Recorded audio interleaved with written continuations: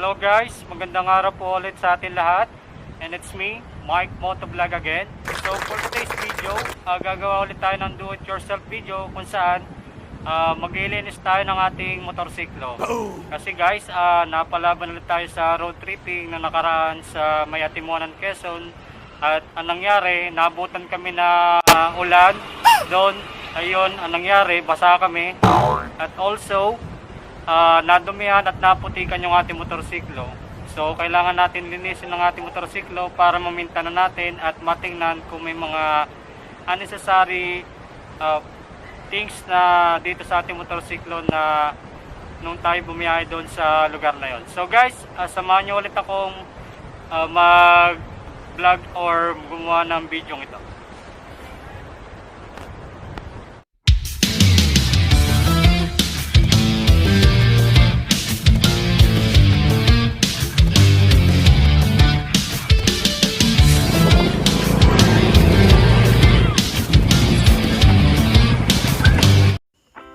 Alright guys, nakita nyo naman kung gaano kadumi yung ating motorsiklo. So sa video ito ay tuturuan ko kayo kung paano ang tamang paglilinis ng walang masyadong gastos sa ating motorsiklo. So wag na natin itong patagalin at i-prepare na natin ang mga gagamitin natin sa paglilinis ng ating motorsiklo. Alright, so ano bang mga kailangan natin sa paglilinis ng ating motorsiklo? Timba, tubig, si sponge bag, joke lang, dishwashing foam scrub, dishwashing liquid, malinis at tuyong basahan. Alright, so una natin gagawin ay kumuha tayo ng timba at lagyan natin ito ng malinis na tubig at punuin ito na tama lamang sa lilinisin nating motorsiklo. Sunod naman ay ilagay na natin ang ating dishwashing liquid sa tubig na nasa timba bilang alternatibong panlinis sa ating motorsiklo. Hindi ko sinasuggest gamitin ito pero alternative itong gamitin sa mga taong wala pang budget sa mga motorcycle care products. At payong kamotorista lamang na iwasan ninyong gumamit ng baretang sabon o laundry soap dahil makaka-apekto ito sa fairings ng motor ninyo, katulad na madaling mag-fade ang kulay ng fairings ng motor at posible pang magasgasan. Then, haluin ito sa tubig hanggang magkaroon ng bula ang tubig. So, ibig sabihin nito ay pwede na siyang ipanglinis sa ating motorsiklo. Oops! Huwag muna natin siyang ipanglinis sa ating motorsiklo dahil i-sprayan pa natin ang ating motorsiklo ng matinis na tubig.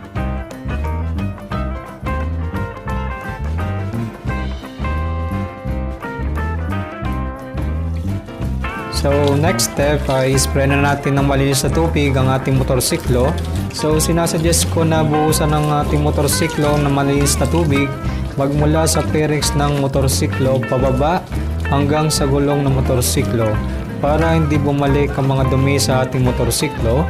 Isprayan din natin ang tabaludo ng ating motorsiklo dahil doon naiipon yung dumi kapag nagmotorsiklo tayo.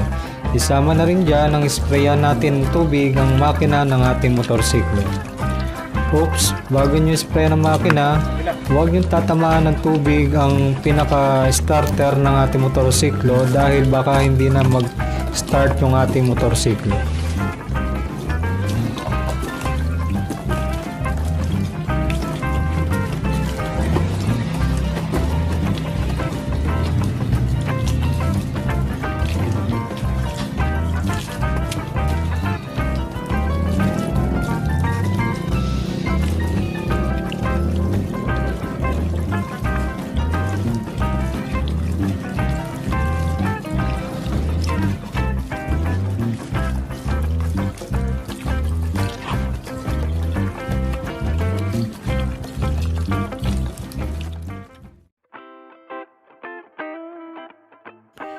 Next naman ay ito na yung time na pwede na nating sabunin ang ating motorsiklo. Unahin natin ang mga gulong ng ating motorsiklo. I-scrub natin ang tagiliran ng gulong para maalis ang mantsa ng dumi sa gulong. At upang ma-check na rin natin ang kondisyon ng ating mga gulong sa ating motorsiklo.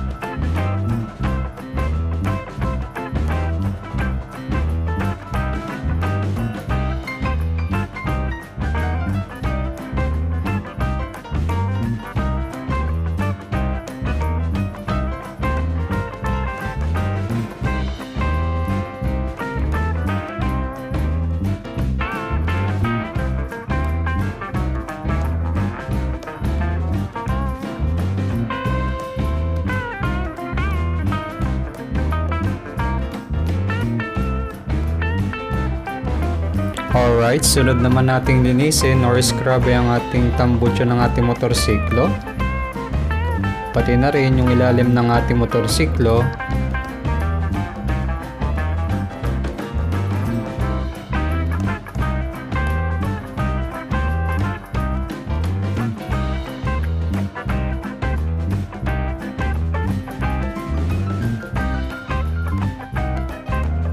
Sama na rin natin yung cover sa may magneto ng ating motorsiklo. Alright. Linisin natin mabuti.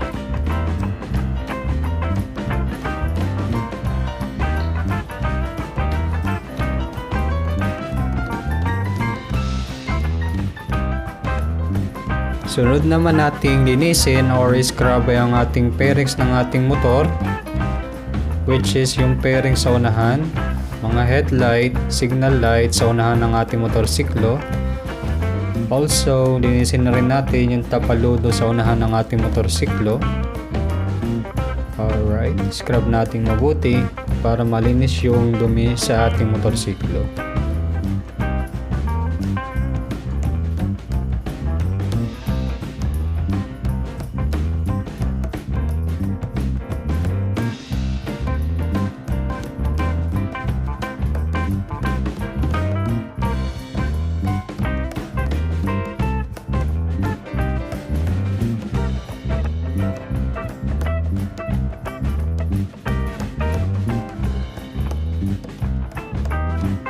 Alright, pati scrub natin yung tagilirang fairings ng ating motorsiklo. At isama na rin natin yung side skirt ng ating motorsiklo. Linisin natin or scrub natin na mabuti para malis yung dumi sa parte ng motorsiklong ito. Alright, yung kabilang sides fairings ng ating motor. Alright. Pati na rin yung ilalim ng motorsiklo natin, alisin natin yung dumi doon. Alright.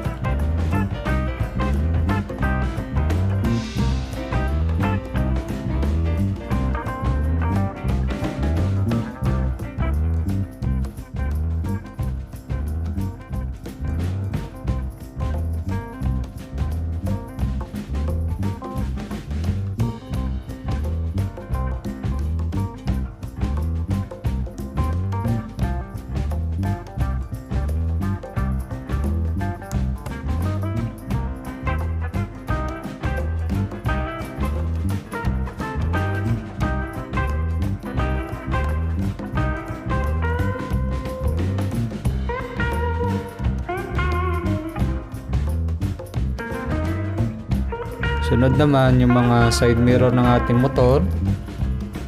Isama na rin natin dyan yung speedometer ng ating motorsiklo. At saka yung sa may rider side ng ating motorsiklo, linisin din natin yan or scrub natin na mabuti. Alright.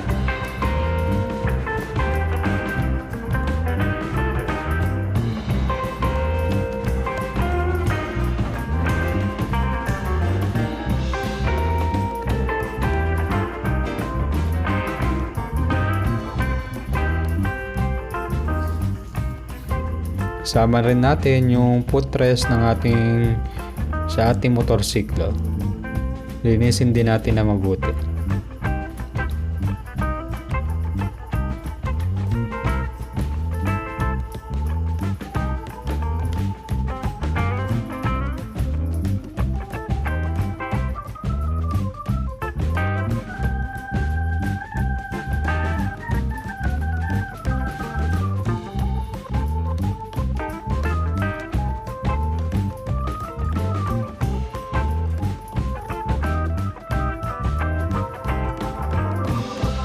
Alright, sunod naman nating linisin or scrub ay ang ating upuan ng ating motorsiklo. So, linisin nga natin mabuti ito para malis ang dumi sa upuan ng ating motorsiklo. Isama na rin natin ang rail ng ating motorsiklo, pati na rin yung tail light. Then, after nun, simulan natin banlawan ang ating motorsiklo. Simulan natin sa upuan. sa mga gulong ng ating motorsiklo, sa makina ng ating motorsiklo. Banlawan na nga natin hanggang maalis yung sabon sa ating motorsiklo. Alright.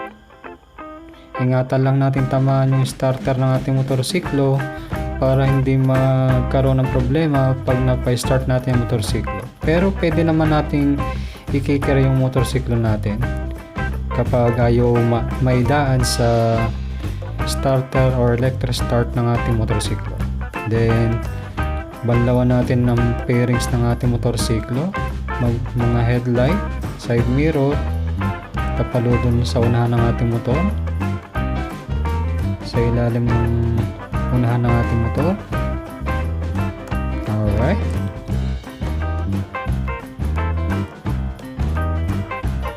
Then banlawan din natin yung sa may magneto ng ating motor, sa may footrest, riding side ng ating motorsiklo, speedometer.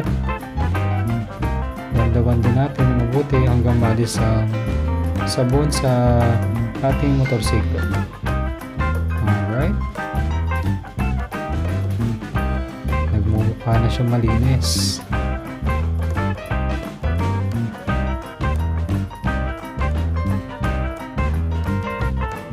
Sunod naman ay kumuha tayo ng tuyong basahan upang tuyuin na natin ang ating motorsiklo. So simulan natin sa may bahagi ng fairings ng ating motorsiklo, sa mga side skirt ng ating motorsiklo, at sa mga baliktarin natin ang ating basahan at ipanglinis natin para hindi pa balik-balik ang dumi sa ating motorsiklo.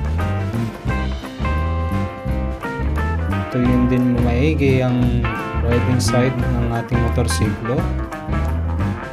Alright. Pati na rin yung footrest ng ating motorsiklo, tuyuin na rin natin. Alright.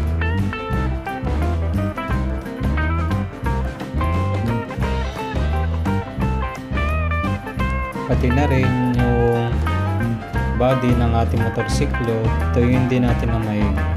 Pati na rin ang upuan ng ating motorsiklo. Alright.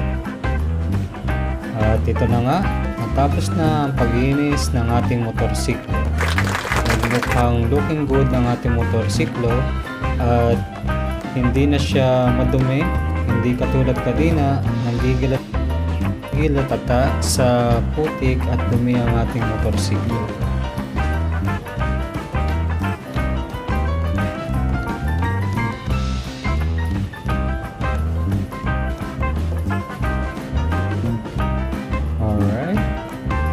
Ayan guys, sinamahan nyo ulit ako sa video ito. At muli, ito si Mykmoto Vlog. See you again guys.